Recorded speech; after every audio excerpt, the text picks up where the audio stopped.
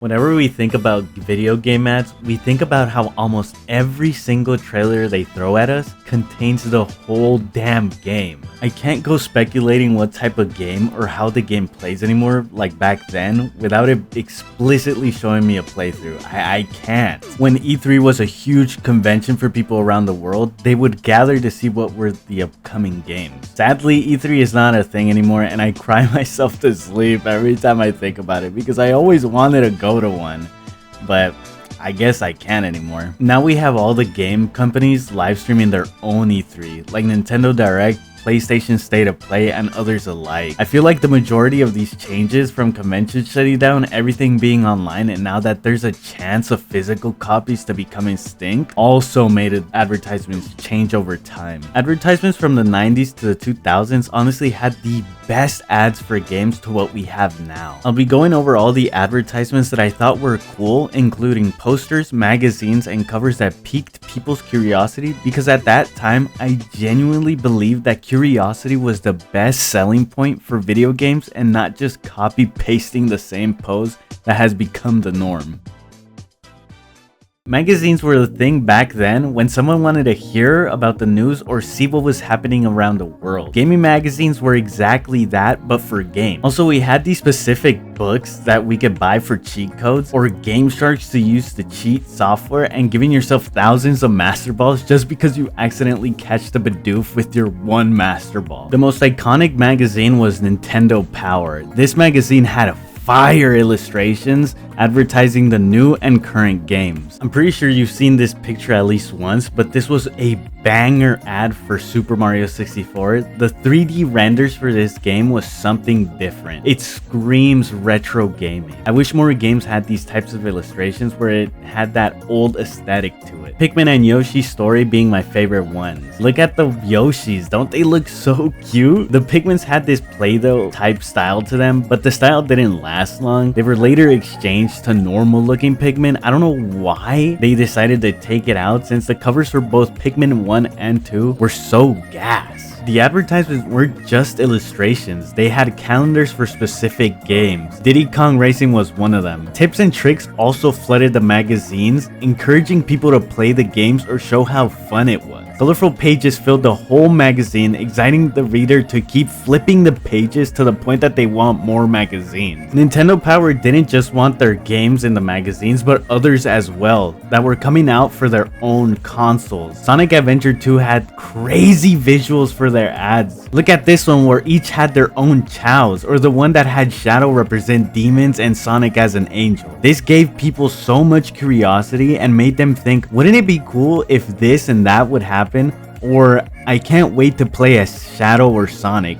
Maybe we get to play as other characters too. The fun thing about this was that you could only show a small portion of the game, since you only had pictures to work with and not a video, letting people's imagination run on overdrive, figuring out how the game is going to be played out or how the story is going to go down. Like I said before, this gave the readers curiosity to go and purchase the game, making the advertisements pique someone's curiosity instead of just plastering an iconic figure and calling it a day. It wasn't only the games that took advantage of this, but the companies that make the consoles did also. PlayStation is the biggest example of this. Sony had some crazy advertisements back in the day, producing ads that made you think if the company were on perks or something. When the PlayStation 2 was being advertised, Sony went all out trying to outcompete the GameCube, Dreamcast, and the Xbox. You know, I would say that all the consoles were pretty close to each other in units sold. I don't know, look at this. Anyways, if we take a look at the PlayStation 2 advertisements, most of them are highly catered to mature audiences, unlike Nintendo, where almost every single game they've released are for kids, except for this one.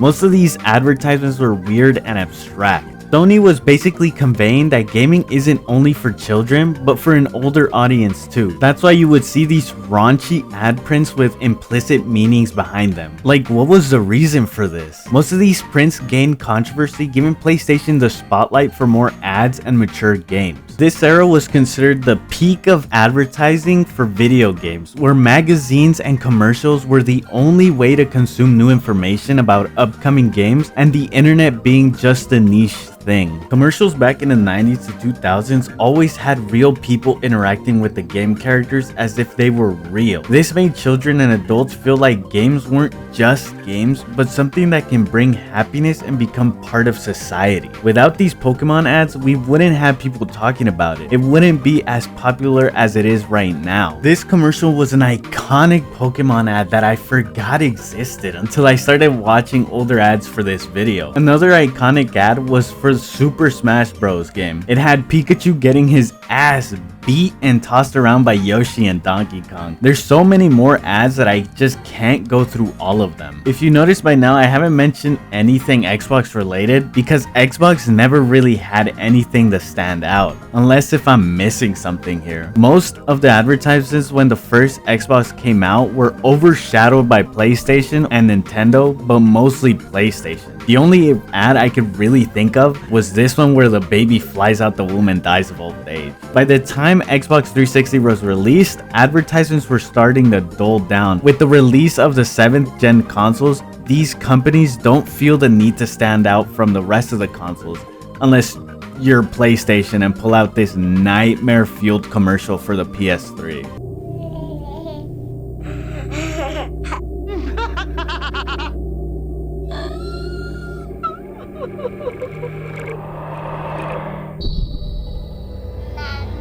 Nintendo, Microsoft, and Sony became the staple of gaming community going forward. They didn't need to compete anymore. You know, it's crazy to think that when researching and watching all these ad prints or commercials, I can tell how drastically advertisements changed over the time. As time went on with the 7th gen consoles, the internet was becoming more of a daily use, and advertisements were trying to be relatable and kid-friendly to reach a broader audience. That's why we don't have the questionable ads like we used to. There's no need for weird commercials or magazines. Now it's all about paying big figures on the internet to promote the games or consoles. Everything is just a click of a button away too. A large amount of advertisements are done through the community itself. Talking about the games and social media benefit the hell out of these companies. Either good or bad publicity, there will be more traction to the game than it has gathered before. If we take a look at what we have today for game ads, we can see that the majority of them just slap a playthrough and call it a day. There's legit no effort being made since we don't need to have a connection to the games anymore. People only want gameplay, minimizing what could have been a really good animation or creative ad to promote the game.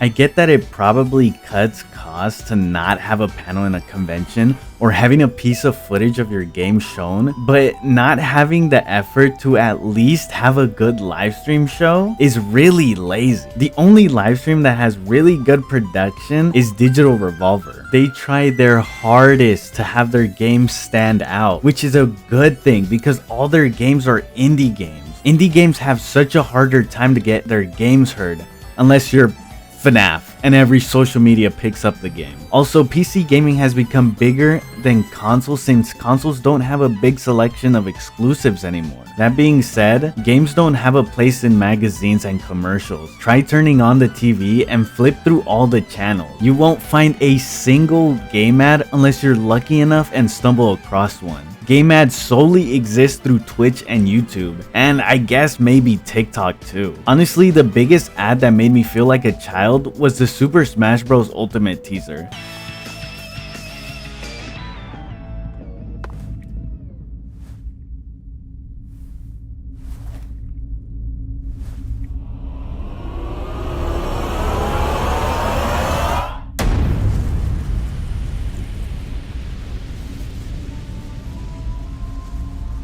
This is what I felt most games were back then. The hype that came and the imagination it gave people trying to see who would be in the game. I would take old game ads back than advertisements we have now.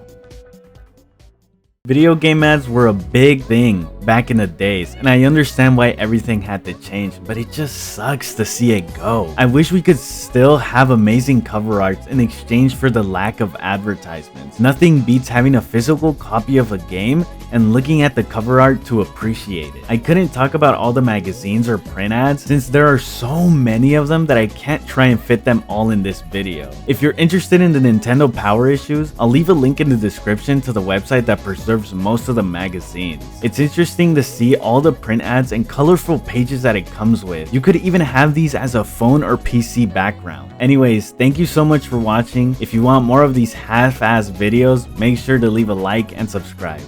See ya.